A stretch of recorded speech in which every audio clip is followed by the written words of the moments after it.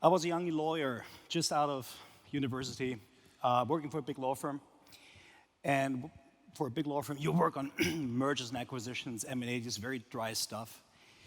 And especially the M&A, the mergers space, has a common denominator. Mergers usually fail more than 2/3 of the time. They're financial disasters. Until I had a client that broke all odds. He was a legend, because he had a success rate of 90%. So I couldn't wait to meet him and asked him, honestly, what do you do different? Do you have different due diligence? I said, that's for the principals to decide on the deal. No, I find my 7%. Well, what are you talking about? What's the 7%? Well, Stefan, let me ask you this. I suppose you have a subscription to a gym, to a fitness center, sports club, etc. You do, right? How often do you go there? And I said, well, 3 times a week. In January. Come February, not. And he said, see, that puts you in the 93%, of all population. And truth be told, I do the same because it takes work. And not everyone is up for that. Only 7% go to their gym despite paying for the subscription on a regular basis and make sure that their fitness level stays the same, which means at least 3 times a week. So what does that mean in a merger? And what you do, I wonder. He said, see, it's the same thing when we invest in a company or merge two companies, or when we have to transform a company or go through a crisis situation or just keep up the culture. We need to find our 7% that are willing to do the work. And in our organizations, we define them as the change makers and the ones that shift the paradigm towards a new organizational culture. But most of all, they're the ones that inspire people. And you'll find them throughout all levels of the hierarchy. It's not the C-suite, quite the opposite. Usually it's not. That's a bottom-up thing. And I know if I don't find them and engage them, our merger, our transformation is doomed to fail, guaranteed. So my job is to find them and engage them. But here's the challenge. They are usually the quiet ones. They are not the loudest. They're not the egomaniacs. They're not in sales. They're not in marketing. They hold the conversation at the water cooler. And they're stuck in this dualism of our world, where there's kind of a battle going on between the transactional and the transformational. The human doing that the transactional world that we're in makes us to be, instead of being human beings, more transformational. And it's kind of an awkward battle going on between IQ and EQ. So cognitive intelligence and emotional intelligence, empathy, where corporations seem to persuade us that it's all about KPIs, facts, problem solving, but we're being. So that leads us to being a single sport activist or a musician on a stage playing many instruments, but we're alone. In the IQ space, we are alone. And I had, in my life, a lot of aha moments, but especially 2 very big ones. Let's start with the positive. The positive is this one. After my not so long legal career, I became a film producer and had the immense fortune to become part of that project, which is now 15 years old, but became, until today, the biggest documentary, natural history documentary of all times. And it was amazing to see what a few cute polo bears, which are actually not that cute in real life, can have an impact on the world. And that impact is seen in this picture. This is one of many, many, many premieres all around the world. That project reached over 1 billion people, and it influenced them in a way we've not seen before. It broke through that dualistic paradigm. It changed the conversation. The people that have seen that project, for some reason, and we had no idea why that was. It took us years to actually find out what just happened. And until today, it's still running globally, recreating now the same reaction with the next generation. It created what those 7% have naturally inclined in them. That's how they keep, that's what they have inside of them as a way to engage and interact with their world, starting with themselves. When they saw that, they changed the conversation with more awareness, more empathy towards one another and the planet.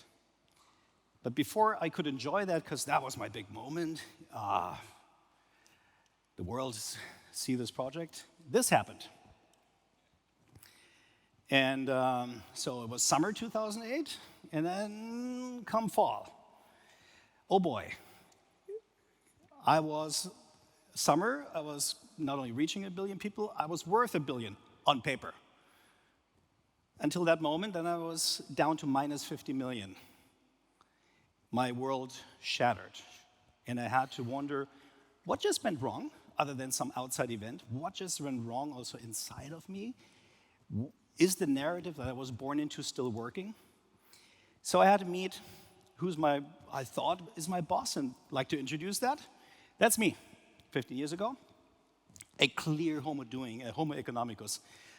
A lawyer, son of a lawyer, and German on top. So meeting all the cliches. It doesn't get more left brain than that. IQ-based only. That was my mantra.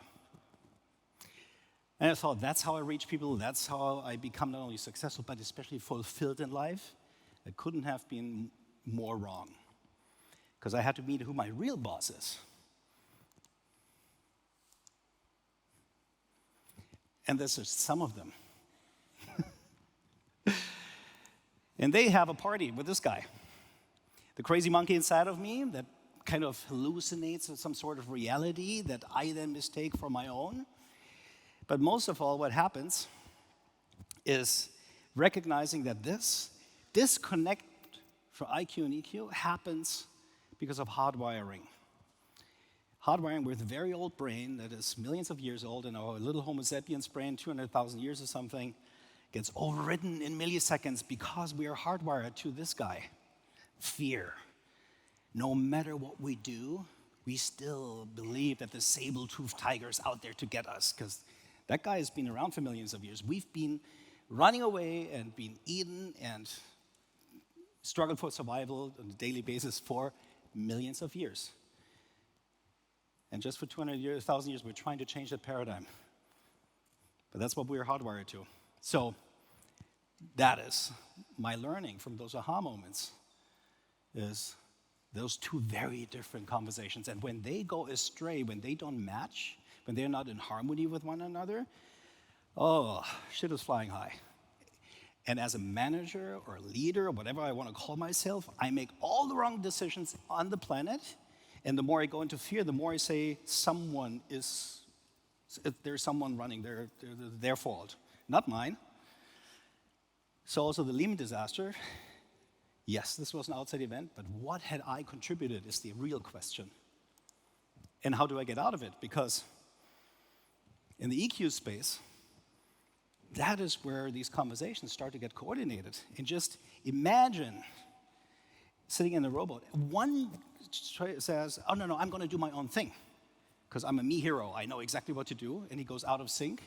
And there's great videos on YouTube on this. It capsizes. And an octet talking about notes, what they're playing, instead of being in flow, oh my God, that music sounds terrible. And interestingly, what is normal in the sports space, in the music space, in military, in the Navy SEALs, etc., seems to be abnormal in our private and especially our economical worlds, where we still differentiate between manager, who's administering what is, and a leader who will manifest what will be. I consider myself a pretty lousy manager, but a pretty okay leader, but that was just a talent. I had no awareness of what that actually is, absolute zero.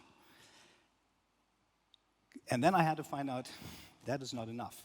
I need to bring them two together and get them to the next level, which is the conscious leader. And it's kind of funny, right? I mean, left-brain German lawyer, yada, yada, is using a word like consciousness. When I heard this first time, I went like, oof, that's kind of esoteric, that's not me.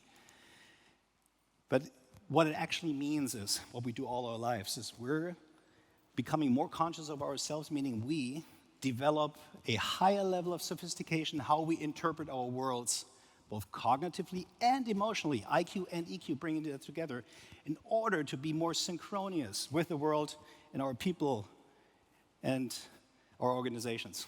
That's all it is about. But there's a secret formula, and I've looked at easily 3-4 dozens of philosophies, religions, mystery schools of mankind, and funny enough, they all overlap in one point. They all agree on 3 meta values. And those 3 have the acronym R. It's awareness, responsibility, and empathy. Awareness, what the Greeks call gnotheseoton, or know thyself. Human, find out what it means to be truly human and to be truly embracing life, be fully alive. But that with responsibility and the ability to respond, not just react, but respond, and that with empathy for oneself, for others, and for all the stakeholders. And that is kind of the secret formula to becoming part of that 7% that hold the culture of an organization, that are the ones that when they walk out of the room, any merger is doomed, any transformation is doomed. That's the one, that's the core group that I need to find and engage, because they can shift the paradigm. And they're capable of recognizing one thing, which is a dualism that we've known for the ages. It is, am I above or below the line? What that means, if you take a piece of paper, blank, and just draw a line, and this is the line between heaven and hell, angels and demons, or, to speak with Maslow, in an HR event, am I in a state of deficiency, or am I in a state of growth? That's also what Plato said with his famous cave metaphor. Are you still in the cave looking at the shadows of the wall? Deficiency state, below the line? Or do you have the guts, and are you willing to do the work to turn around and go out of the cave and see where actually the light is coming from that creates those shadows? That's all that is. And that ability to locate, that is the same as the amount of people that go to the gym 3 times a week, to the people that drive the culture, the transformation, the crisis, the work in an organization. And the question is very simple. Do I lead with trust and purpose? That's growth. Or from a state of fear, projecting the saber-toothed tiger into Excel spreadsheets, into KPIs by command and control. That's when the CFO becomes the CEO. And the time that I grew up in, 80s, 90s, early 2000s, we had a very clear model of leadership, which was the leader's on the top. He leads egocentrically and transactionally by Excel spreadsheet to then produce a dependent organization. The top organization on the planet that did that, whoever remembers General Electric and Jack Welch, he was for 20 years the Superman of all super managers, the role model. And yes, he led GE in that time to be one of the most valuable companies on the planet. But then something changed, the world changed, and that model did not work anymore. But as we all know, organizations and corporations are really, they're like super tankers. Until they stop and change directions, oh my God. But it has to start somewhere, and that starts with the conscious leadership model, because it has to start with the leader who becomes aware of this, who takes responsibility, is able to respond to the new complexities and ambiguities of the world, and leads with empathy, not just for shareholders, but for stakeholders. And the numbers are very clear. They're actually brutal. Companies that don't do that underperform year on year. And every study you look into will show the same thing. Slightly different percentage numbers, but they come out more or less there. They underperform the market. GE to be the most prominent example. I have a few more. That is the one. GE, since the times of Jack Welch, still believing, and successors still believing in the old model, lost 500 billion of their value and were basically close to bankruptcy. So how can that be? On the other hand, leaders and organizations of a culture of trust and purpose that really live it, not just have it in the elevator, overperform the market by 40%. That's a very clear number. That's for every CFO to also recognize. If you don't have that on your radar screen, no matter how good your projections are, your budget, and you're controlling, you're missing the boat. So that is really what I truly believe in, is the paradigm of today. It's about upgrading the human operating system, to use that technical term. What it actually means that the true game changer is that transformational expansion of consciousness, or our ability to interpret our world at higher levels or more depth, cognitively and emotionally, to then be able to do this. To this, what we call, when we bring IQ and EQ together and then come into a group flow, what everyone in sports knows, everyone who's ever seen the winning soccer team at a world championship, anybody who's ever been in some